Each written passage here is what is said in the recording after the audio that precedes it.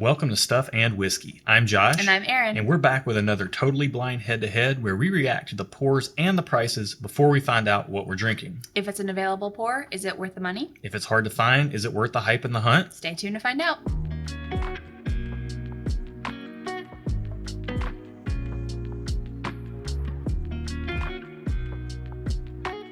Welcome to the channel, bringing a real-world perspective to the real-world whiskey consumer. We're not pro whiskey tasters, but we will randomly select one of these matchups to taste totally blind so that you get our completely honest opinions separate and apart from any bias or hype or labels. In the end, we'll give each pour what we call a real-world score, which is based on the blind tasting as well as the price and the availability and whether we would buy it again or not. And if you like blind tastings like this, go ahead and give this video a like, give it a thumbs up. It helps us out, pushes this video out to other people. Yep, we do these every Thursday, and you can also hit the bell to be notified of the upcoming videos. While you're down there, you can also click the drop down to see the video description where we have a link to our Patreon.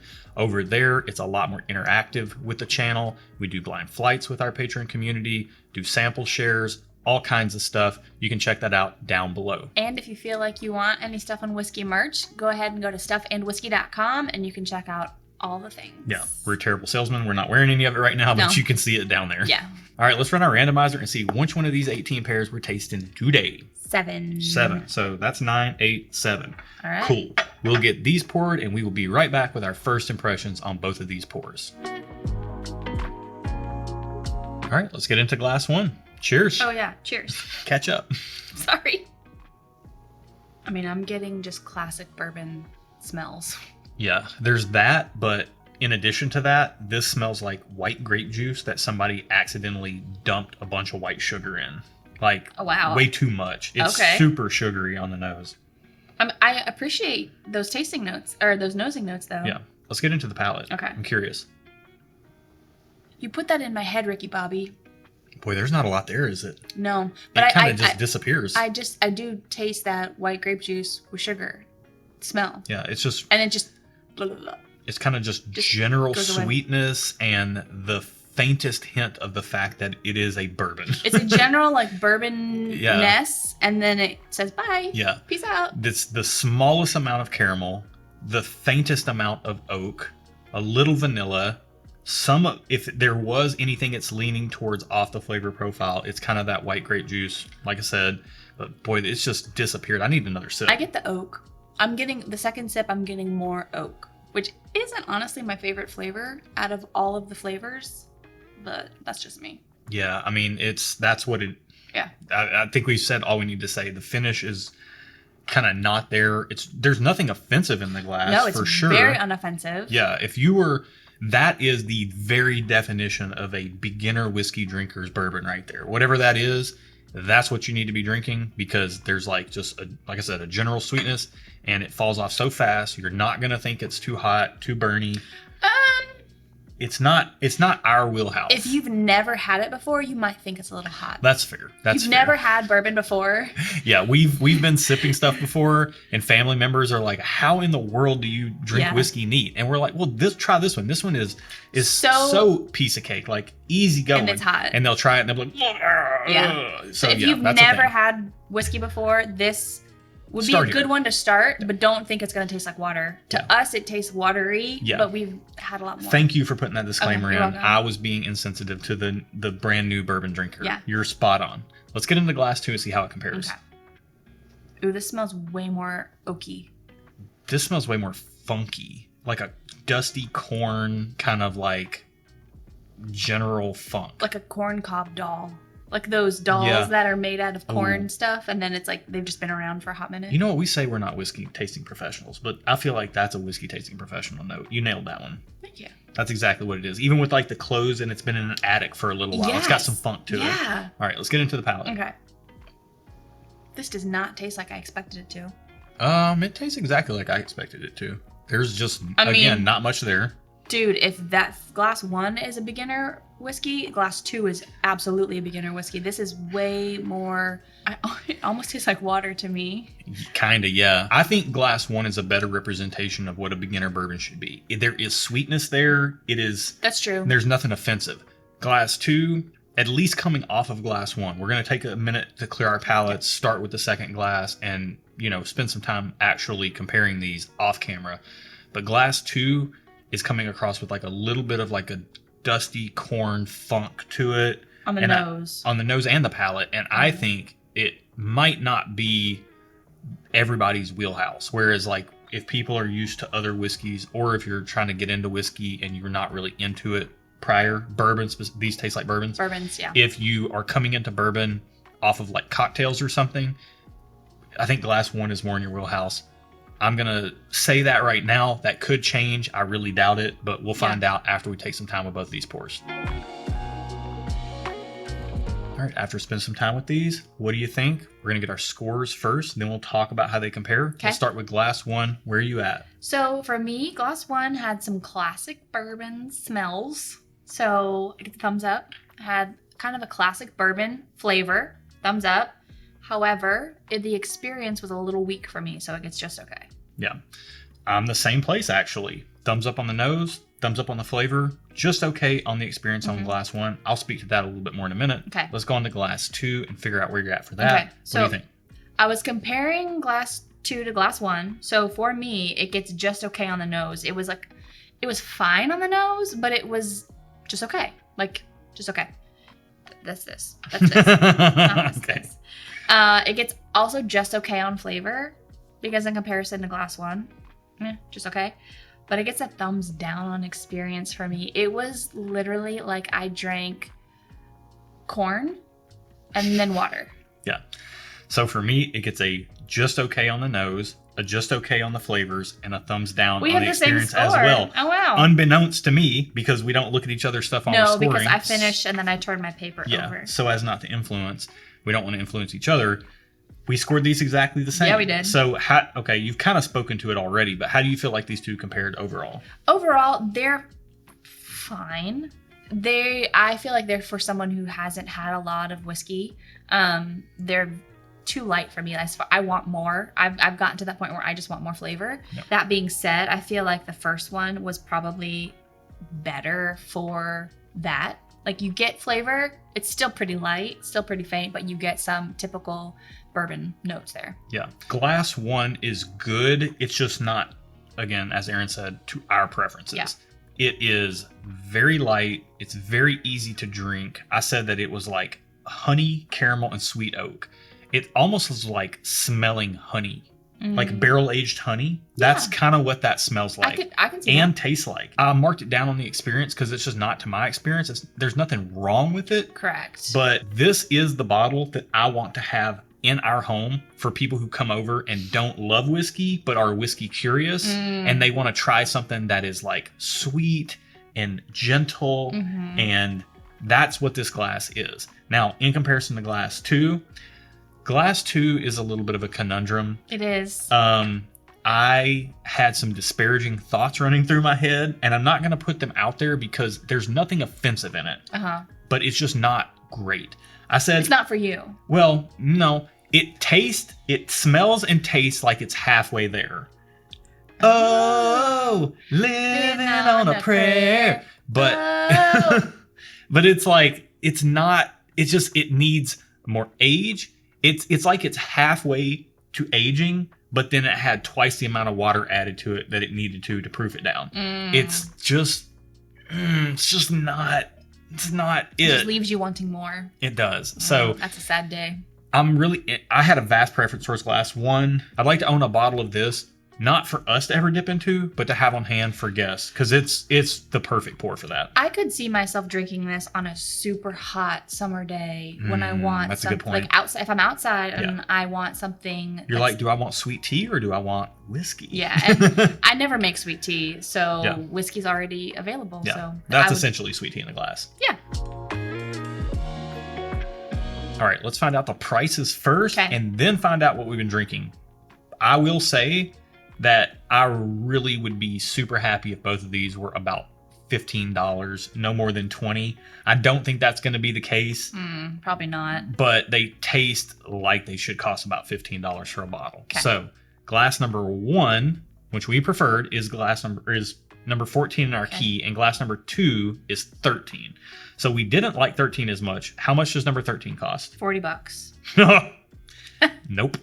You're a hard pass. 14. $40. Okay. All right. What is glass number 2? That's number 14. It is number 13. Brothers Bond?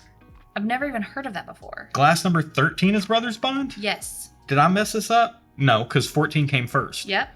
Wow, that's... Whoa, okay. And glass number 14 is? Basil Hayden. What? Well, hey, I've said before that Basil Hayden is like... You have said it. That is beginner bourbon 101. And they're both 80 proof. Yeah. So, I mean, I can tell they're 80 proof. They're so light.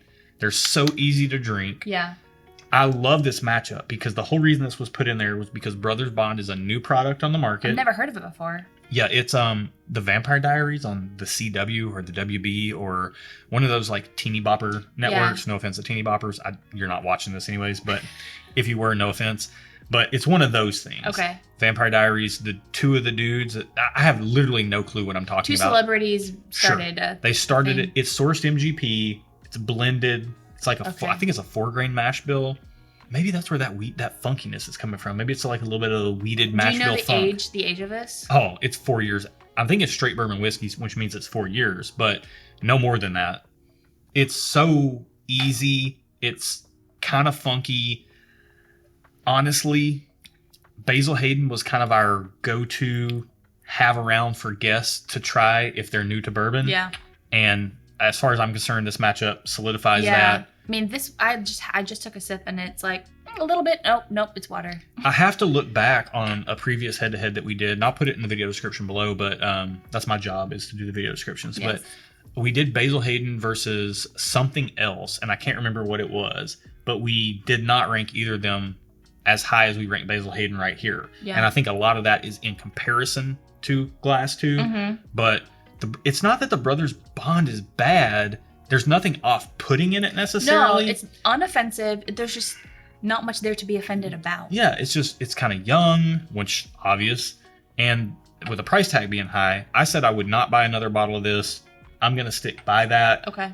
But only because Basil Hayden is available. Let's get into our official retail and consumer scores. Again, putting the cart before the horse. It's okay. So our retail and consumer scores, which are part of our real world scores, is the retail portion, the price and availability, can you buy it, and how much does it cost? And then the consumer portion, would we as consumers actually spend our money on it? Which, as far as we're concerned, is the most important conversation that we could possibly have on this channel here. Let's start with Basil Hayden. It's actually between $30 and $40 for a bottle. And what's the availability on it? Oh, you can get it anywhere. Okay. I mean, so if I'm the type of person who's gonna get a bottle and keep it for guests, then I'm gonna say thumbs up, because I would get this for guests who maybe haven't had bourbon before or are just starting to get into it. Because I do think it's a good. You have classic flavors there without a lot of the sting and the burn. Right. So it gets a thumbs up on retail score. Now it's on a shelf in front of you for, let's call it $35. Are you buying Basil Hayden again or not?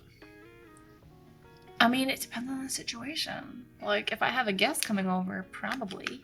Okay. But if it's just for me, probably not. Right. I'm gonna give it. Be decisive. I'm gonna give it a thumbs up. I'm gonna say yes. Okay. Because I would probably want to have at least one bottle around for guests if guests pop over. Because that happens so often here. But yeah. So it gets a thumbs up. Okay. For me, for Basil Hayden, I'm gonna say just okay on retail score. The reason I'm saying that is because the price is high, which would put me at a thumbs down for what you're getting for the money, but the availability is so good. And if you want something that's low proof and easy sipping, then this really does fit that bill. So that's where the just okay on retail score comes from. As far as consumer score goes, I put a preliminary mark before finding out what this is, and I put it at thumbs up on consumer, and I'm going to stick to that because, as I said, this is a bottle that I'd like to have around for guests. In the past, we've said we've had that stance, and then we went back on that stance and said that we would not buy it. We would rather just buy something that's better all around as like a 90 proofer, or something like that. and then water it down a little bit for guests. So actually, I think I have thumbs up, but I actually think I'm going to go just okay, specifically because of the price. Like, honestly, we're out of our Basil Hayden bottle now. Would I go buy another one? Are you going to buy another one? I don't know.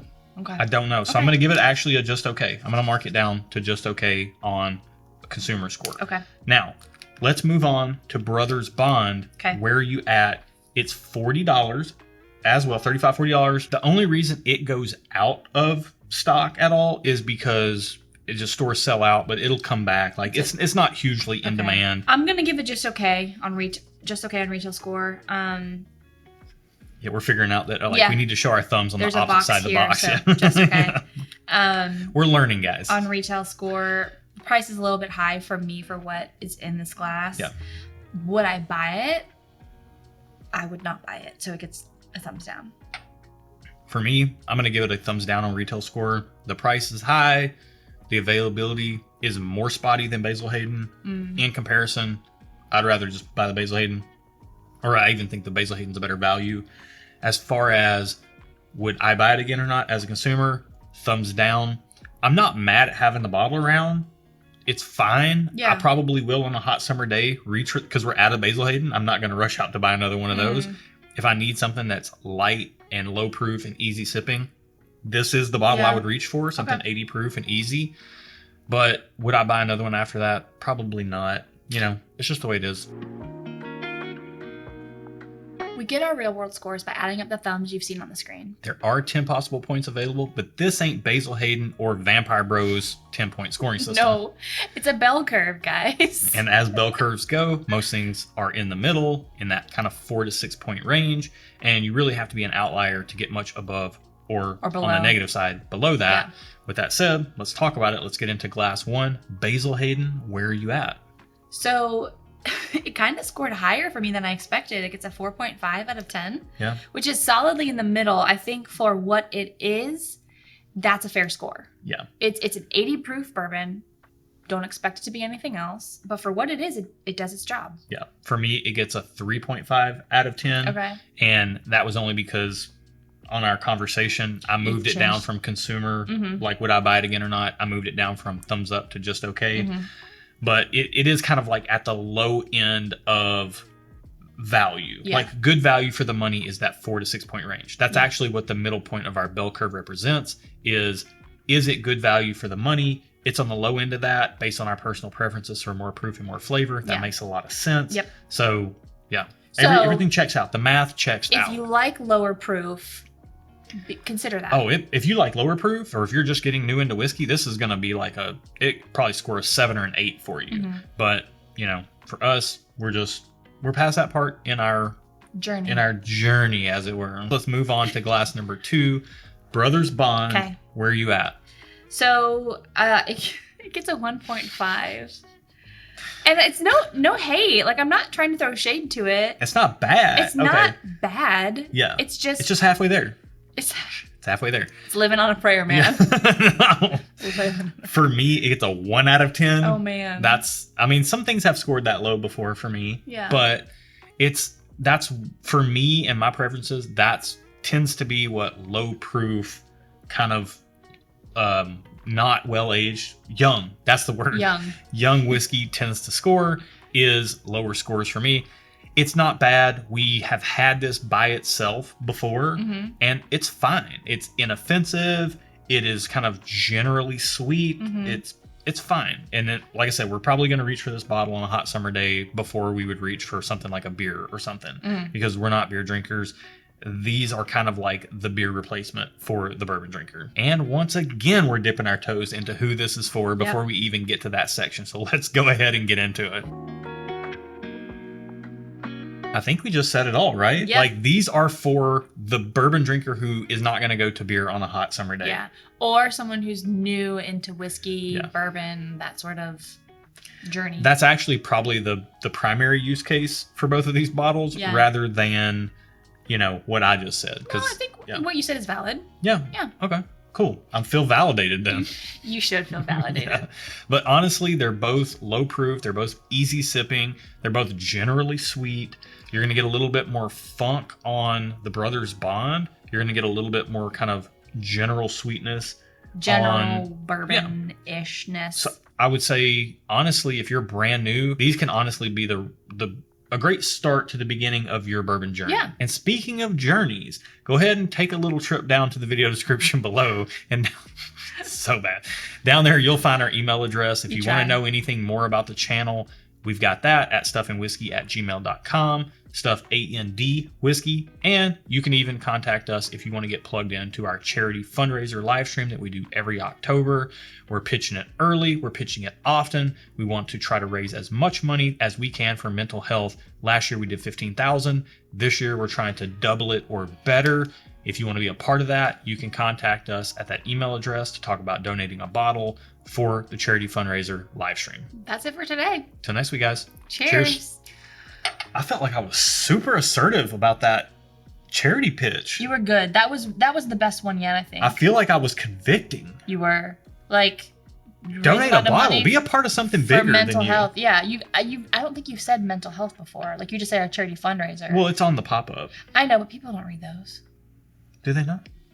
Probably not. Do you read those? I don't know. Let us know in the comments below. I don't read them.